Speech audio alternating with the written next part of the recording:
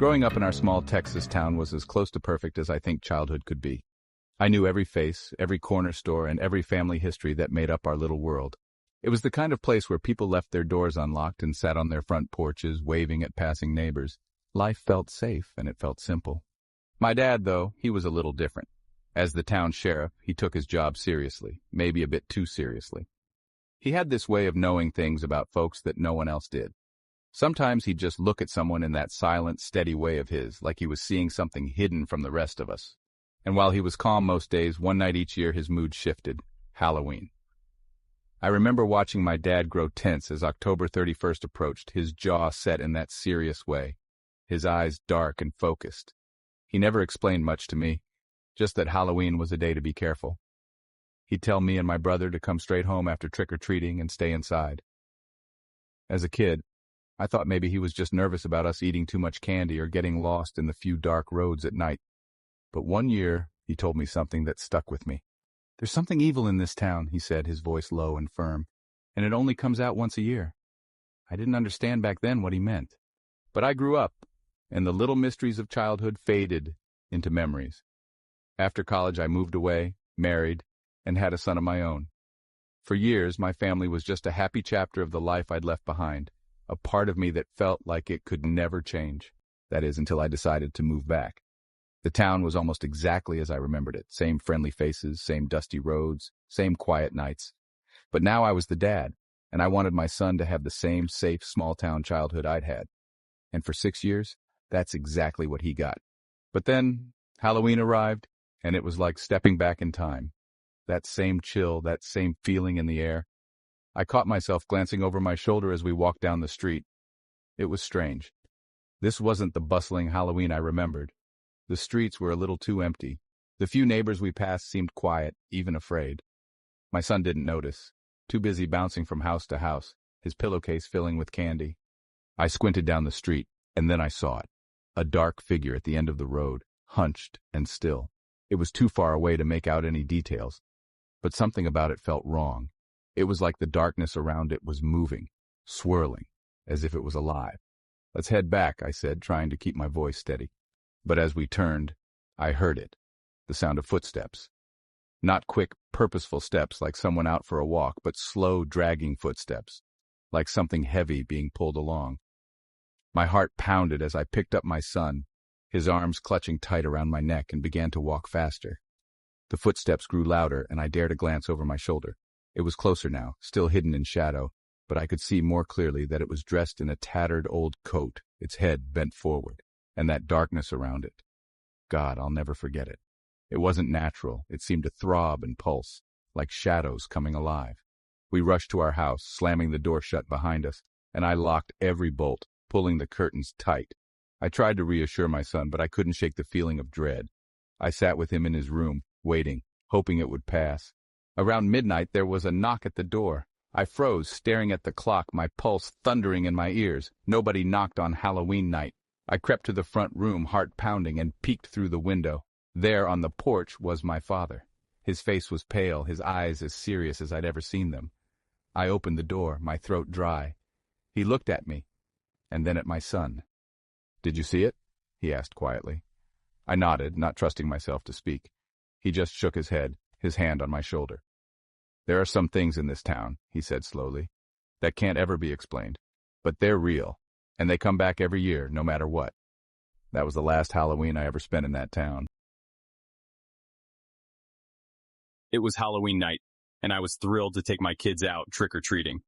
My daughter Emma was dressed as a witch, complete with a pointy hat and green face paint, and my son Danny had chosen to be a pirate. They looked amazing, and as I finished adjusting my own vampire cape in the mirror, I grinned, feeling like a kid myself. Halloween had always been my favorite holiday. The decorations, the costumes, the thrill in the air. But this Halloween, something felt different. Our little town, Hollow Creek, had always had an old-fashioned small-town charm on Halloween. But tonight, the air felt too still, too thick, like the sky was holding its breath. As we made our way down the street, things seemed off. Houses were lit, pumpkins were out, but the decorations were strangely realistic. I saw a skeleton hanging from a neighbor's tree that looked almost fresh. Not plastic, but something else entirely, pale and disturbingly human. I shook it off, assuming someone had just gone all out this year. As we approached the first house, Emma tugged on my sleeve. "Dad, look at that scarecrow," she whispered, pointing to a figure propped up by the mailbox. The scarecrow looked at us. I blinked hard, feeling a chill climb my spine. The kids ran up to the door and rang the bell while I hung back, still unnerved. The door swung open, revealing a tall woman in a long dark robe with a crooked, toothy smile. Her eyes glinted, almost predatory, and I instinctively moved closer to the kids. She held out a bowl filled with writhing black candies, moving as if alive. I forced a polite smile and urged the kids to take a piece each, quickly hustling them away from the house. As we moved from house to house, my unease grew. I began to notice that no one looked like they were in costumes. Not exactly. Sure, people were dressed up, but their features were twisted and unnatural.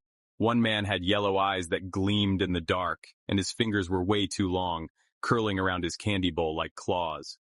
At another house, a child offered us candy, but her face was gaunt and pale, her mouth ringed with dried blackish fluid. She grinned with sharp teeth. "Dad, I think I'm done," Danny murmured after a few more houses, clutching his candy bag tightly. Emma nodded, her face pale beneath the green face paint. "Just one more street, then we'll go home," I promised, though I barely believed myself. I felt a need to keep going, as if drawn forward by something unseen. We turned the corner onto Maple Lane, and that's when I realized we were the only ones in costumes. Everyone else, the adults, the children, even a dog trailing along the sidewalk, looked wrong. Their faces were twisted, monstrous, as if barely hiding what lurked beneath their skin. One woman's smile stretched too wide, revealing teeth that were jagged, needle-thin. A man shuffled by with empty dark eye sockets, his gaze somehow following us. I tried to shake off the growing sense of dread, but it felt like I was being watched by every pair of eyes on the street. Emma tugged at my hand. "Dad, why do they keep looking at us?" she whispered, her voice trembling. "Let's go home," I said, squeezing her hand, trying to sound reassuring. But as we turned to head back, I noticed a group of figures standing at the end of the street, blocking our way. Their shapes were human, but they had eyes that gleamed red and mouths that hung open, empty but hungry. "Trick or treat," one of them rasped, its voice hollow, echoing. It held out a hand and its skin was gray and peeling, fingers too long curling toward us. The kids clutched me, their breaths coming in quick, terrified gasps. I could feel my heart pounding as I looked around for an escape, but every exit was blocked by more of them, more of those things. I held the kids tight, forcing myself to keep calm. "Let's just walk," I whispered, slowly. "Don't look at them." We moved, step by step, but I could feel them closing in. Shadows stretched around us and the air grew colder, thick with a sickly sweet rot.